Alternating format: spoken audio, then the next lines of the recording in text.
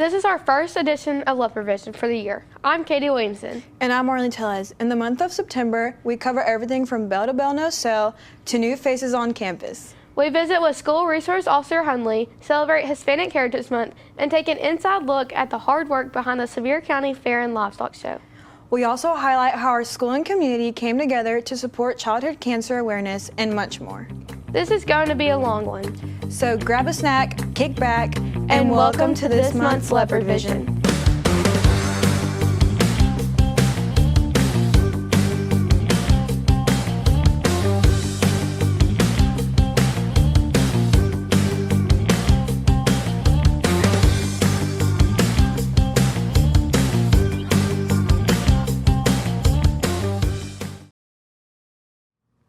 September is Childhood Cancer Awareness Month, a time to shed light on the fight against cancer that so many young ones face. This month, we're highlighting a little girl and her family in our community. Here's Attrick Grayfan to tell us more. Every September, we see gold ribbons for childhood cancer awareness, and behind each ribbon is a true story. And for one family in our community, that story is deeply personal. This month, we're going to share her journey and how our community comes together to support one another. Lola has B-cell acute lymphoblastic leukemia. The biggest struggle is people ask me a lot how many more treatments she has left. And leukemia treatment for a child is over 2 years long. So the duration of the treatment is really hard, and the intensity of the treatment and the side effects that come with that.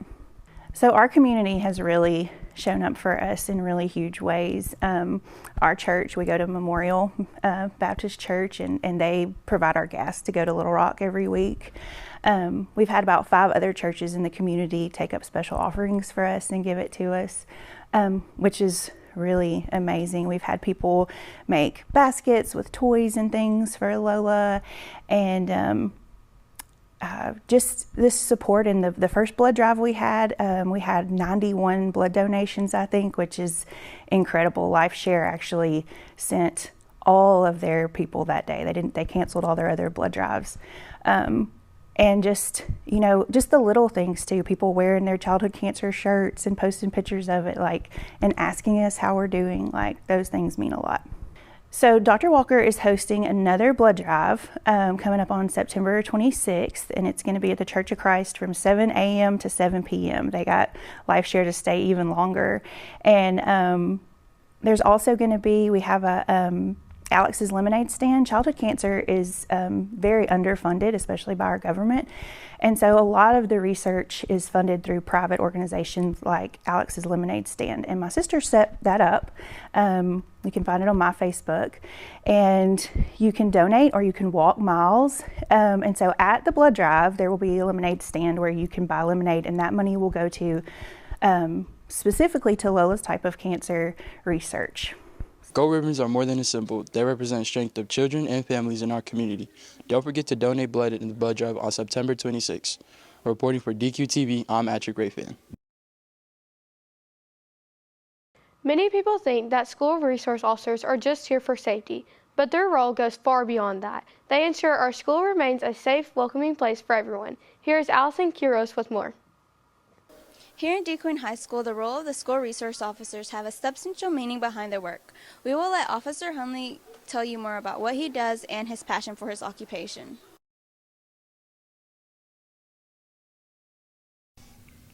I've been doing this job 17 years, and it was time to get a little bit more normal schedule. How long have I worked in the school district? I think this is my 3rd full year, because I finished up after Bobby retired. How does your role as a school resource officer differ from that of a patrol officer? Big differences.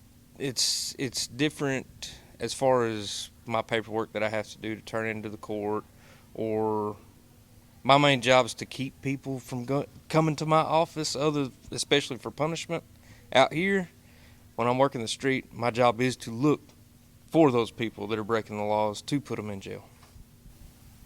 Biggest safety concerns would probably be controlling access to the inside of the building. People like to put rocks and stuff indoors and leave them open. What personal qualities do you think are most important for an effective school resource officer? Somebody that's got an open mind that can see both sides of the picture. You know, out here we're kids.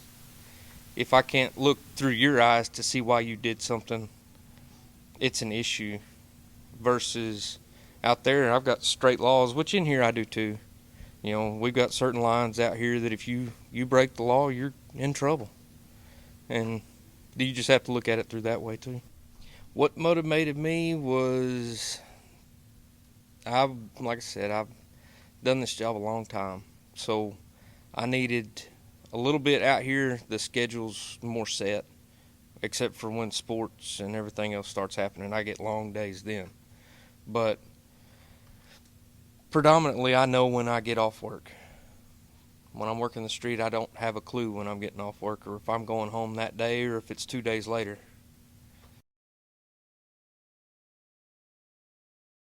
Before we wrap it up, we want to highlight that the school resource officers have a prestigious role in our district that goes beyond the badge. We want to give a big thank you to our officers for keeping us safe. Reporting for DQTV, I'm Allison Quiroz. Hispanic Heritage Month celebrates the culture of the Hispanic community. This month, we're highlighting Panaderia Santiago, a new local bakery keeping cultural traditions alive, and DHS School Board member Tony Soto, who shares what the month means to him. Here's Brandon Hernandez with more.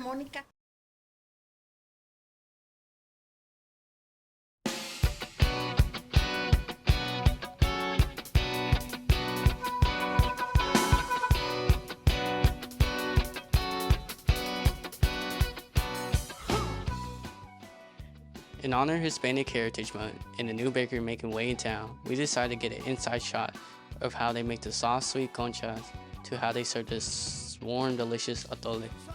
Creo que es una riqueza cultural que debemos de impulsar entre nosotros, los hispanos, y transmitirla a nuestras generaciones futuras, así como que las otras culturas se fusionen y vean la riqueza que tenemos en nuestros pueblos. Entender. Yo creo que los valores, estamos hablando con mi esposa y yo, que los valores se han estado perdiendo mucho, y en nuestra cultura el respeto principalmente, que es uno de los valores que están perdiendo, necesita impulsarse todos los días, día con día.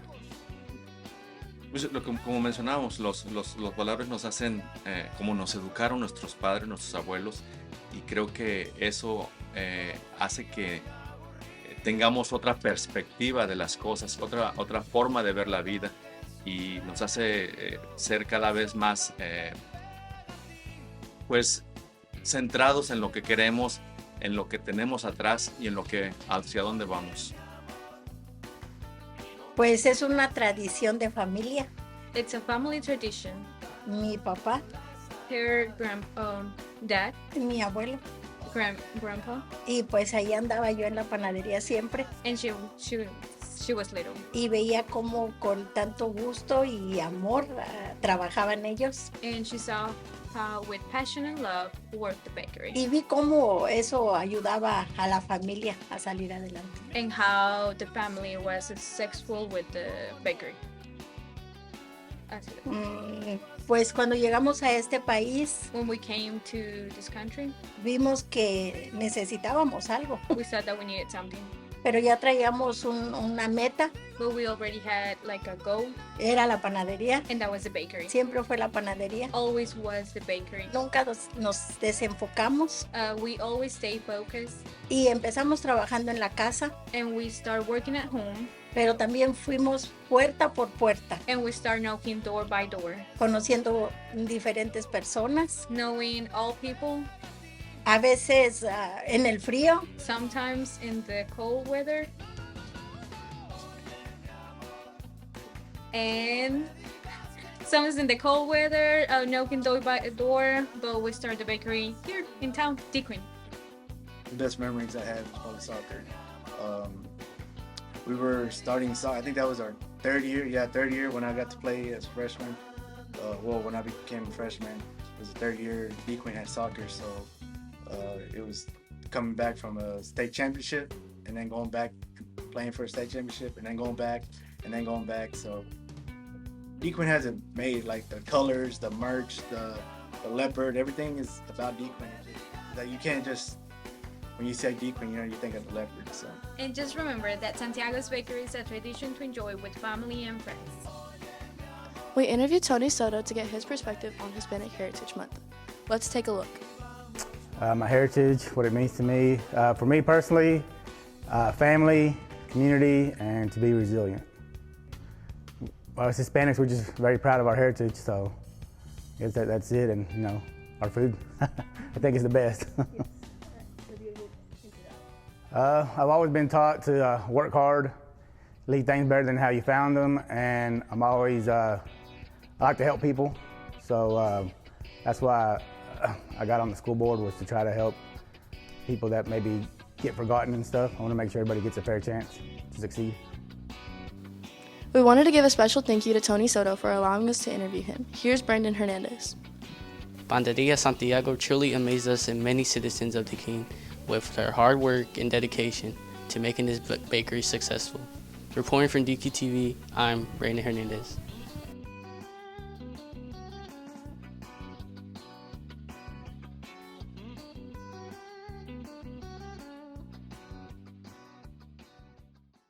The beginning of the school year welcomes many new faces to our campus. Be sure to give our new teachers a warm welcome in the halls. Aiden Oswald caught up with our new teachers to see how their year is going so far. The DeQueen High School has welcomed new faces to their campus. We talked to the new teachers to see how they're adjusting in their classrooms. I really was inspired by a lot of my high school teachers and the way that they just inspired me to be a better student, better person, and I wanted to be that person to future students.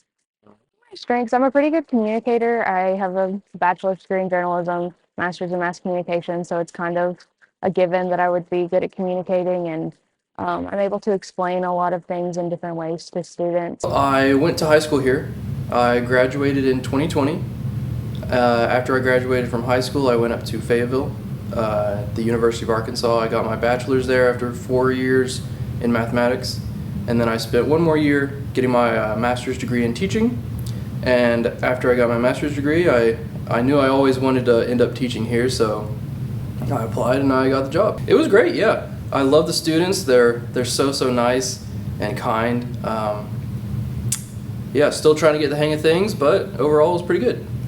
I've always loved art and I love hanging out with kids, so it just seemed like the best fit for me. My strengths are I have a history of being a professional artist, and so I think that helps me as an art teacher. I motivate them by maybe turning on music or showing them fun artists, and it's just always fun to paint in art class, so paint normally motivates them. But my husband, he got the job at Bog Springs Camp, and then we started coming to church here, so I started meeting DeQueen people and just really fell in love with the town of DeQueen.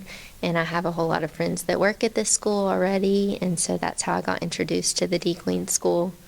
I was born and raised here. I went to DeQueen High School, graduated, and I went off to college, and I loved the school and loved the people in the community, so I came back.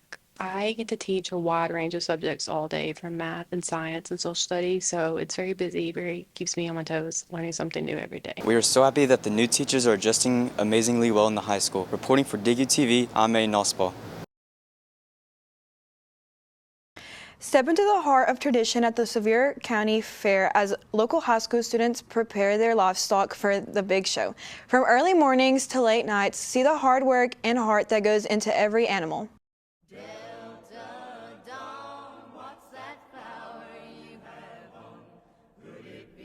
In our show program that we do at DeQueen FFA, myself and John Frazier, we primarily help the students with the show cattle part of it. However, we tend to help out anywhere that it's needed. A big factor is making sure that the animals are prepared, that they have been fed properly and groomed properly. all that daily hair care and showmanship, all of those little things add up to the complete package when they get to the show. I show Simmental cattle, purebreds, as well as Fleckby, which are full-bloods. My favorite part about the Superior County Fair is being able to mentor to the younger generation and teach them about agriculture.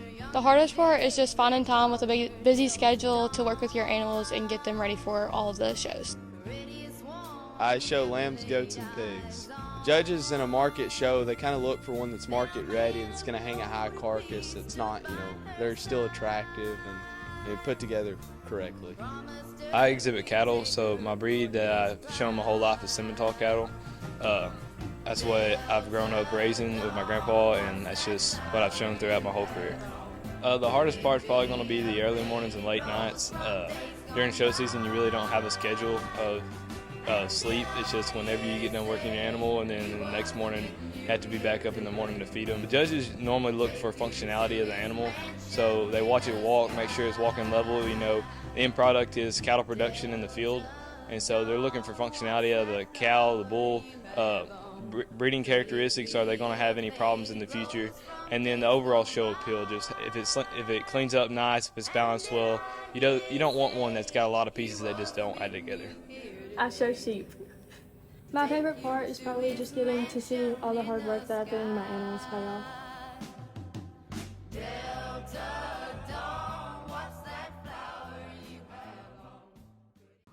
Big news, Leopard family. Something fresh is brewing on campus nearby, and it smells like your favorite cup of coffee. Here's Vilma Bermio to tell us more. This past August, a proudly serving Starbucks started brewing just over a month ago, and it's already become a favorite stop for concurrent college students to stop by and get their daily coffee fix. Whether it's a morning latte, an afternoon pickup, or just a cozy spot to relax, this Starbucks-style cafe is serving up the classics right here in our community.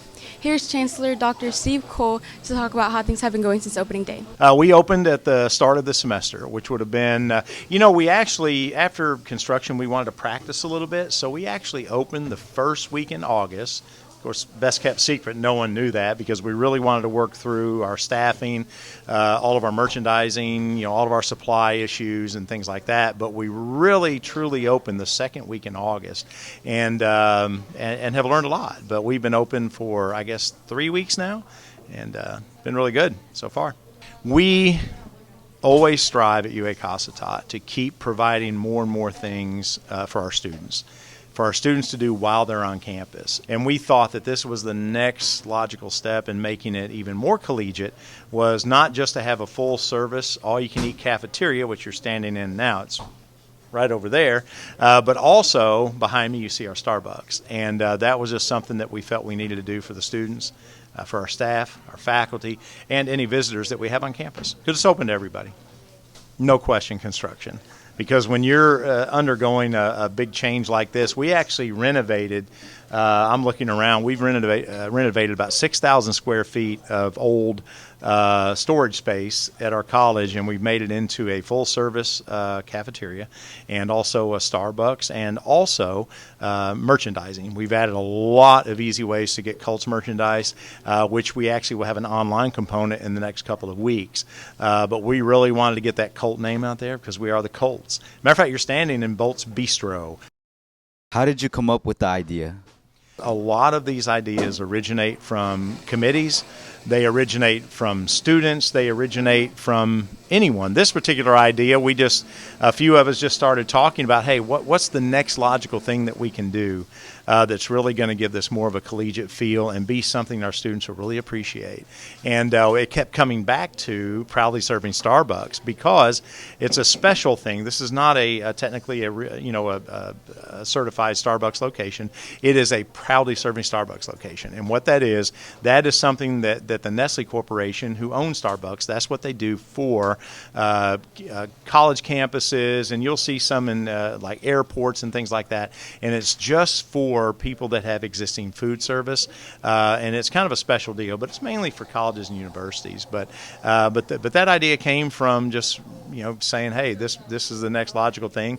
A lot of it came from our committees, but it came from internally, and it grew organically. Yeah, I think it's a perfect addition to the college, and I think it's been really good for our visitors that come here. We don't actively advertise. That's not why we have this. We have this first and foremost. 98% of why we're doing this is for our students. It's for our staff. It's for our faculty, and then we really like when visitors do come to our college. We want them to have a nice experience, and this is just part of that nice experience. And but it's kind of nice. Come out and support our proudly serving Starbucks. Reporting for DQTV, I'm Vilma Bermeo. Up next, we explored a new bell-to-bell no-sale law, a recent proposal by Governor Sanders aimed at improving focus and learning in classrooms. We spoke with different teachers, students, and principals to hear their thoughts on this important change and what it means for our school's community. Here's Jenna Farley to tell us more. Since the Bell-to-Bell No Sale Act took effect, our school has reported fewer distractions, improved focus, and better student engagement, helping classrooms return to learning and not scrolling from bell to bell. Here's a look at more. I feel like the new cell phone policy set forth by Governor Huckabee Sanders has been a good thing. We've seen a lot of interaction with our kids throughout the hall. At lunchtime, we're actually seeing, occasionally they'll get out Uno cards and play games, and it's just been a lot of interaction. The biggest difference I've seen with the no phone rule is really just more engagement in classrooms, just people answering questions and really focusing and talking to each other and communicating. Students not walking into walls as they're walking down the hallway. That's the biggest thing. We're running into the back of somebody because they're not looking where they're going. But also I see students talking to each other when normally they just had their face buried in their phone. I do see my students connecting a lot more with me and with each other.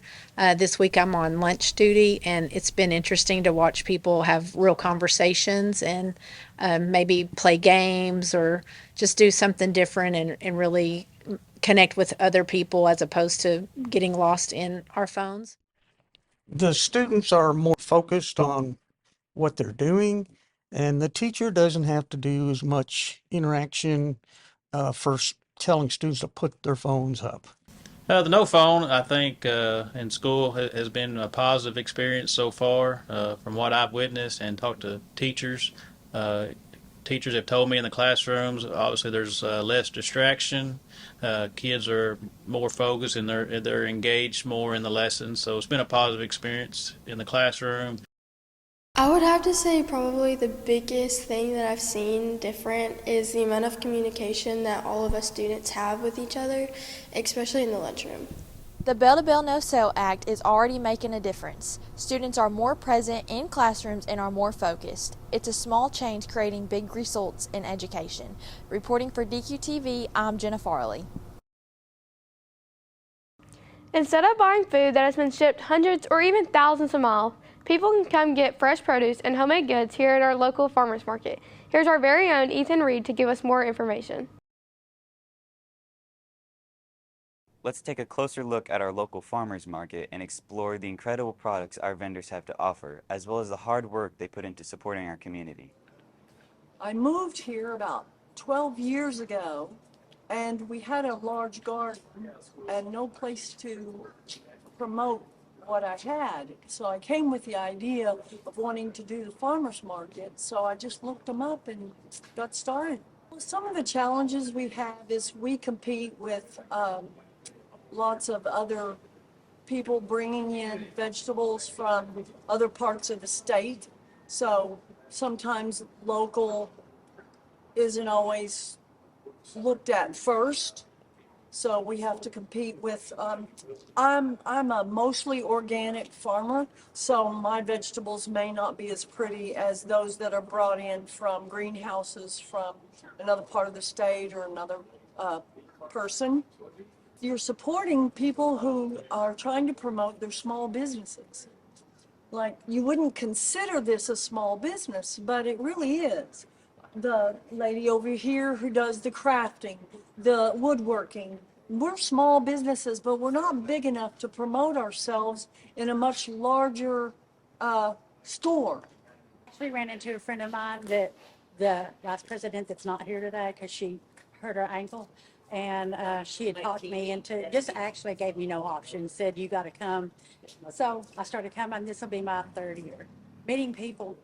I'm a people person. I love talking to people. So I get to meet people every time and make new friends. And that's what does it for me.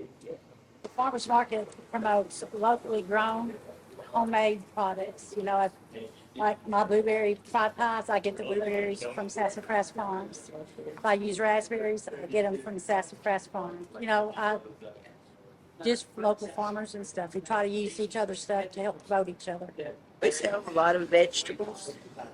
In the early spring, I mainly start out with lettuce, and I sell a lot of that. And then we have okra and tomatoes and cucumbers. I do a lot of crafts too. I have a lot of resin crafts. I make dominoes. As we wrap up our visit, it's clear that our farmers market is more than just a place to shop.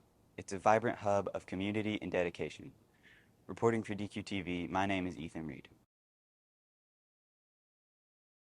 The class of 2026 is making the most of their final year. From painting cars with bold text, classmates gathering at senior sunrise and watching the sky light up with new beginnings, reminding them of how far they've come and how meaningful their journey has been. We'll pass it over to Evie Moore to give us a better insight into this bittersweet moment. For the class of 2026, this school year is full of first lasts. It's a mix of excitement, nostalgia, and celebration. From painting cars to watching the sunrise, these seniors are making the most of every moment. I think the senior car painting and the senior sunrise was really fun. The breakfast was really good, and our class just hasn't done anything together in a long time, and I feel like it's just bringing us closer and making us more like a family. I'm just ready to make all the fun memories and just all the activities we're going to do. Let go of a prayer for you. I think it helped bring the seniors more together because we're such a huge class. It's hard to get a big get together, get to know everyone. So I think it helped us have more of a community with each other.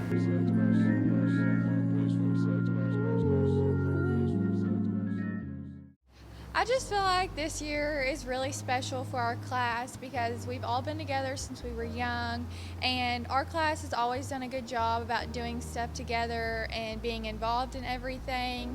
I'm really excited for this year because it's going to be really bittersweet with all of us, and I feel like there's so many close groups in our grade that is going to make it really fun. Everybody here is watching you, 'cause you feel like home. You're like a dream come true. But if by chance you're here alone, can I have a moment before I go? This school year is going to be bittersweet for these seniors. A final chapter filled with memories, milestones, and moments they'll never forget. Reporting for DQTV, I'm Evie Moore.